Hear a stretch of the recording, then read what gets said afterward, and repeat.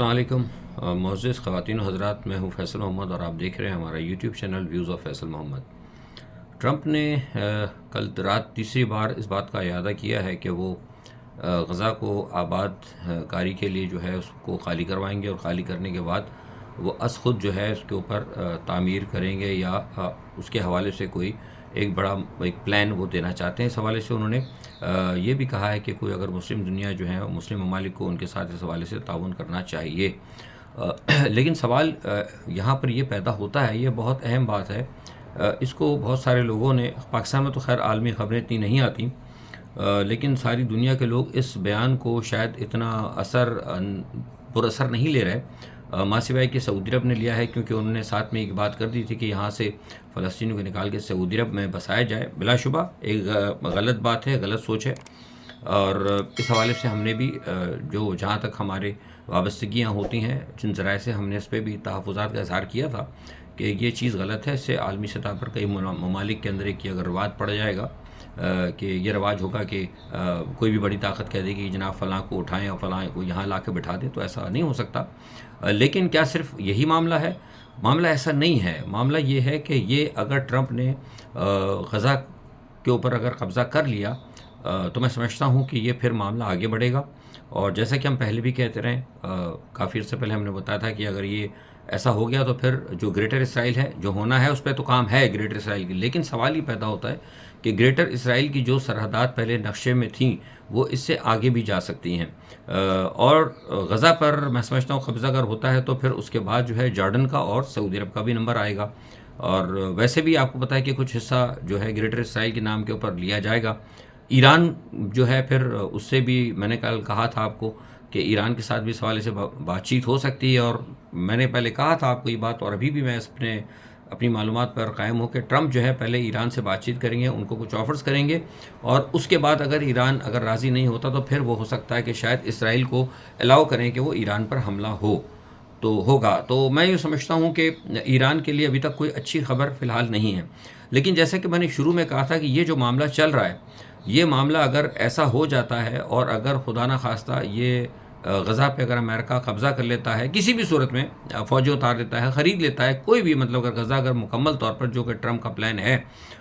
تو یہ معاملہ جو ہے نا پھر آگے بڑھے گا، اور جیسے میں نے کہا کہ نہ صرف آگے بڑھے گا بلکہ میں نے ایک اپنے پروگرام میں کہا بھی تھا کہ امریکہ یہاں پر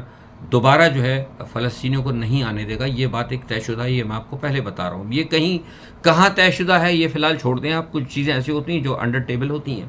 لیکن یہ ہے کہ غزہ میں دوبارہ فلسطینیوں کو نہیں آنے دیا جائے گا، بلکہ یہاں پہ دبئی کی طرز کی ایک سیاست جو ہے کی جائے گی یہاں پہ، اور ریاست بھی ویسے ہی ہوگی، سیاست بھی دبئی کی طرح کی ہوگی، کچھ حکمران ہوں گے، یہودی ہوتے ہیں، امریکنز ہوتے ہیں، کیا ہوتے ہیں فی الحال اس کے بارے میں ایک فائنلائز نہیں ہے، لیکن یہ ہے کہ اس کی نگرانی جو ہے اس آزاد ریاست کی، ایک امیر ترین ریاست ہوگی، آزاد ریاست کی جو نگرانی ہوگی، جو اس کا ڈیفنس ہوگا، وہ بلیک واٹر طرز کی جو ہے کیا کہتے ہیں پرائیویٹ کانٹریکٹرز جو ہوتے ہیں وہ کر سکتے ہیں۔ بڑا لمبا مطلب پلان ہے۔ تو یہ سارا معاملہ جو ہے نا، یہ مسلم دنیا کے جسے کہتے ہیں نا کہ مسلم دنیا کو میں یہ نہیں کہتا کہ کمزور تو ہے آلریڈی، لیکن مسلم دنیا پر مکمل قبضہ کرنے یا مسلم دنیا کو مکمل طور پر زیر کرنے کے حوالے سے یہ سب سے پہلی جو ہے نا منزل ہوگی۔ تو اس حوالے سے میں کہہ رہا ہوں کہ لوگ شاید ہو سکتا ہے کہ اس کو اتنا ایزی لے رہے ہیں، وہ کہہ رہے ہیں ٹھیک ہے، شاید ہو سکتا ہے بھائی مذمت ہو گئی، چین بھی بولے گا، روس بھی بولے گا، روس بھی بولے گا، لیکن چین اور روس اس وقت تک ان کی بات جو ہے یا کارآمد نہیں ہوگی، یا اس وقت تک کوئی معنی خیز جسے کہتے ہیں کہ رکاوٹ وہ نہیں بنے گی، جب تک کہ مسلم دنیا اپنا کردار ادا نہ کریں۔ اب مسلم دنیا کے حوالے سے آپ دیکھیں کہ OIC کا اجلاس اس ماہ کے آخر میں بلایا گیا ہے، عرب لیگ نے کہہ دیا ہے کہ اس کی میں مذمت کی ہے، لیکن کیا سوال یہ پیدا ہے کہ OIC کے اس اجلاس سے یا عرب لیگ کی اس مذمت سے ٹرمپ رک جائیں گے؟ ایسا بالکل نہیں ہوگا، ایسا بالکل نہیں ہوگا۔ اس کے لیے ہر صورت میں مسلم دنیا کو اکٹھا ہونا پڑے گا۔ اور دیکھیے یہاں ایک بات میں آپ کو پہلے بتا دوں، جو میرے پاس معلومات ہیں بین الاقوامی ذرائع کے ذریعے، وہ یہ ہیں کہ فی الحال جو ہے مسلم دنیا اس حوالے سے بہت زیادہ پریشان ہے، تشویش بھی ہے، لیکن فوری طور پر مسلم دنیا جو بین الاقوامی ایجنسیاں ہوتی ہیں جو تحقیقات کرتی ہیں عالمی معاملات کی، وہ یہ کہہ رہے ہیں کہ ابھی تک مسلم دنیا نے اس معاملے پر کوئی بھی متفقہ لاہ عمل نہیں طے کیا ہے، اور یہ سب سے زیادہ خطرناک بات ہے۔ اب کچھ لوگ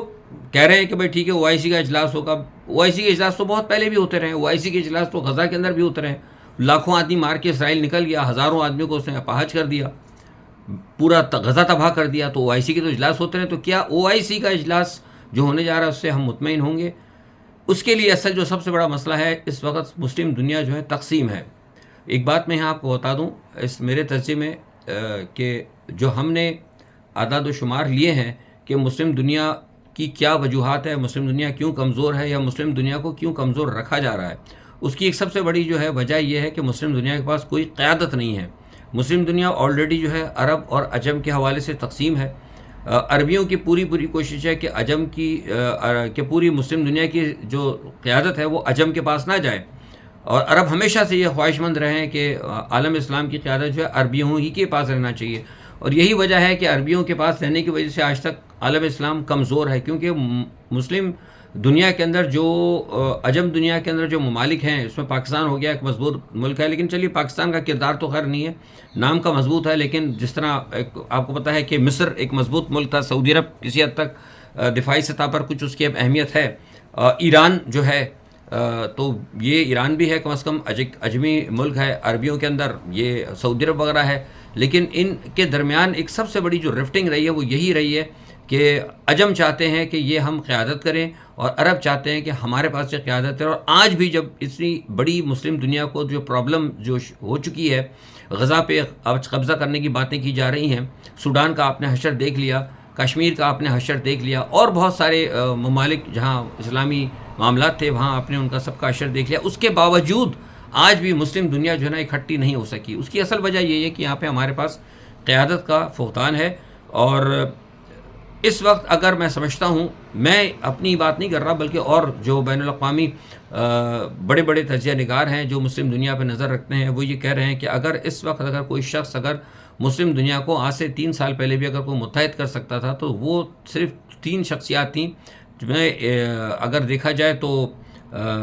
عجم کی اگر بات کریں تو مہاتیر محمد کی بات کی جاتی تھی, اور اس کے بعد طیب اردگان کو بھی کہا جاتا تھا کہیں نہ کہیں, اور بعد میں عمران خان کا بھی نمبر آتا تھا. لیکن آپ کو پتہ ہے گزشتہ چند سالوں میں جو کچھ ہوا اور جو کچھ طیب اردگان کا اسرائیل کے ساتھ جو معاملات سامنے آئے, تو اس کی وجہ سے طیب اردگان کی ایک حیثیت جو مسلم دنیا کو لیڈ کرنے کی تھی وہ تقریباً ختم ہو چکی. مہاتیر محمد جو ہے ایک ایسی شخصیت ہے وہ ایک بہت زیادہ ضعیف ہو چکے ہیں, وہ اپنے عہدے سے بھی ہٹ چکے ہیں. گو کہ اپنے عمر کے آخری اپنی حکومت کے آخری دور میں انہوں نے بڑی کوشش کی اس چیز کو لیڈ کرنے کی, لیکن وہ ساری معلومات آپ کو پتہ ہیں جو عمران خان کو بلایا گیا تھا اس میں نہیں جاؤں گا. تو بنیادی طور پر کہنے کا مقصد ہے کہ وہ 2 شخصیات تو پس منظر میں چلی گئی, لیکن اب ایک شخصیت بچتی ہے اور وہ ہے عمران خان. اور عمران خان کی یہی ایک شخصیت تھی اور یہی ایک خوف ہے جس کی وجہ سے عمران خان کو کچھ طاقتوں نے ہماری حکومت کے ساتھ مل کر ان کو پابند سلاسل کیا ہوا ہے. جہاں بہت سارے اور معاملات ہیں عمران خان کے خلاف ہماری جو موجودہ ڈھانچے کے, لیکن اس کے پیچھے پس پردہ ہے کہ بین الاقوامی ایشو بھی ہے. یہ میں آپ کو خبر دے رہا ہوں, یہ مطلب یہ کوئی ایسا تجزیہ نہیں ہے, یہ ایک ایشو ہے. اور آج بھی جب ٹرمپ کی طرف سے یہ باتیں کی جا رہی ہیں یا کچھ لوگ اگر یہ کہہ رہے ہیں کہ عمران خان کو رہا کر دیا جائے اور بڑا پریشر آ رہا ہے, تو کچھ لوگ سے مراد ایک میں شخص کی بات نہیں کر رہا, کچھ ممالک کی بات کر رہا ہوں. کچھ ممالک یا کچھ عناصر جو بھی آپ سمجھ لیں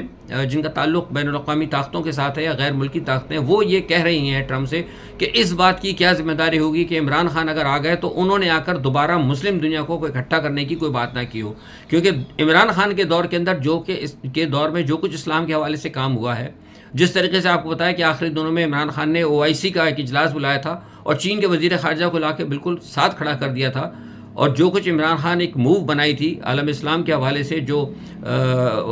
ایک مطلب اسلام فوبیا کے حوالے سے عالمی سطح پر عمران خان نے اس کو ایکسیپٹ کرایا. اور عمران خان کے جو پاکستان کے اندر جو اسلام کے حوالے سے جو معاملات جو اصل حقیقتاً وہ کر رہے تھے, پیچھے کی تو بات چھوڑ دیں, ایک قسم کی باتیں کی جاتی ہیں کہ وہ جناب وہ عورتیں تھیں نعرے لگا رہے تھے اور یہ ہو رہا تھا وہ وہ سب ایک چیزیں ہیں. سیاست اور ریاست کے اندر بہت سارے معاملات چلانے کے لیے بہت ساری چیزیں جو ہے کرنی پڑتی ہیں, بہت ساری چیزیں دکھانے کے لیے کرنی پڑتی ہیں اور بہت ساری چیزیں خفیہ طور پر کرنی پڑتی ہیں.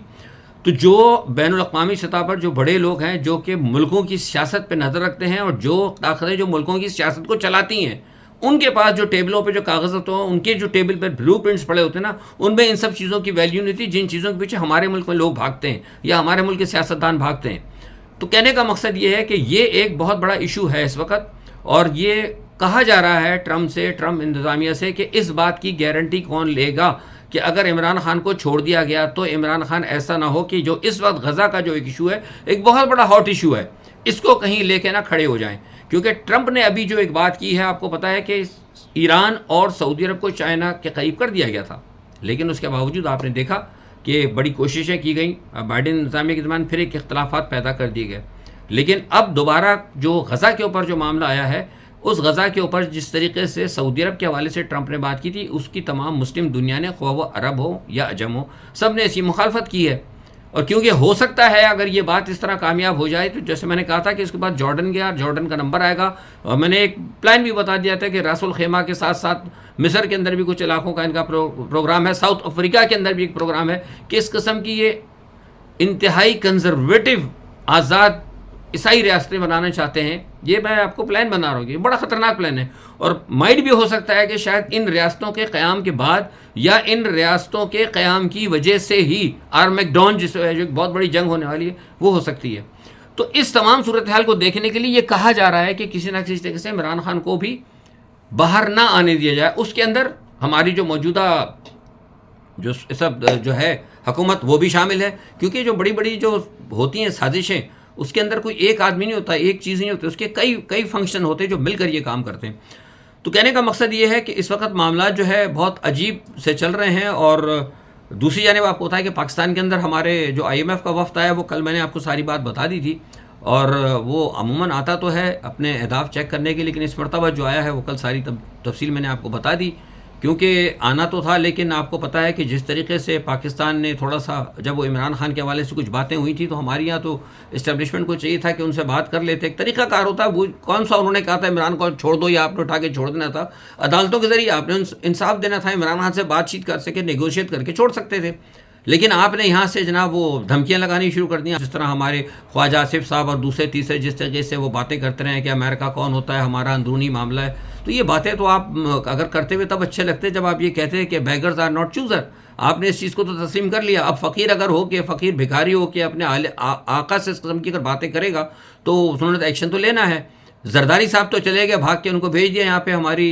کرتا دھرتا اسٹیبلشمنٹ نے. ٹھیک ہے، جو کچھ وہاں پہ بات ہوئی، میں شروع سے اس بات کا قائل رہا ہوں کہ ہمارا جو جغرافیہ ہوتا ہے اس کے حساب سے ہمارے پڑوس کا تعین ہماری خارجہ پالیسی جغرافیہ کے حساب سے ہوتا ہے. لیکن کچھ چیزوں کے اندر ڈپلومیسی ہوتی ہے. آپ نے ایک اچھے کام کے لیے غلط وقت کا استعمال کیا. آپ ایک اچھے کام نے جو آپ نے کیا، جا کے جو چین کے ساتھ آپ بیٹھے ہیں، وہ آپ نے بنیادی طور پر پاکستان کے مفاد کے لیے نہیں گئے، آپ امریکہ پہ دباؤ ڈالنے کے لیے گئے اور اپنے اس موجودہ اقتدار کو دوام دینے کے لیے اور چین سے اس کی مدد لینے کے لیے آپ وہاں پر گئے. وہاں پہ جا کر آپ نے جو باتیں کی کہ ہمارا تو اس سے بارڈر ملتا ہے، آپ 36,000 دور ہیں، آپ ہمارے اتحادی ہیں، اور یہ اس قسم کی جو باتیں کر کے انہوں نے جو امریکہ پہ جو پریشر دینے کی کوشش کی، اس کے نتیجے میں انہوں نے یہ امریکہ نے دوسری جوابی کارروائی کی کہ آپ کے اوپر IMF کا وفد بھیجیا. اس کے بعد یہاں ترک صدر کا بھی دورہ ہے. ترک صدر کے دورے سے بتا دوں کہ ترک صدر کے ساتھ ہمارا شاید ہو سکتا تھا کچھ دفاعی معاملہ جو ہے ہو جائے، اور اس کی میں ابھی ڈیٹیلز لے رہا ہوں. آج اصل میں بہت زیادہ مصروف تھا، آج میرے پاس بڑا شارٹ ٹائم ہے، تو میں ایک مختصر سے وقفے کے اندر اپنے گھر پہ آ کے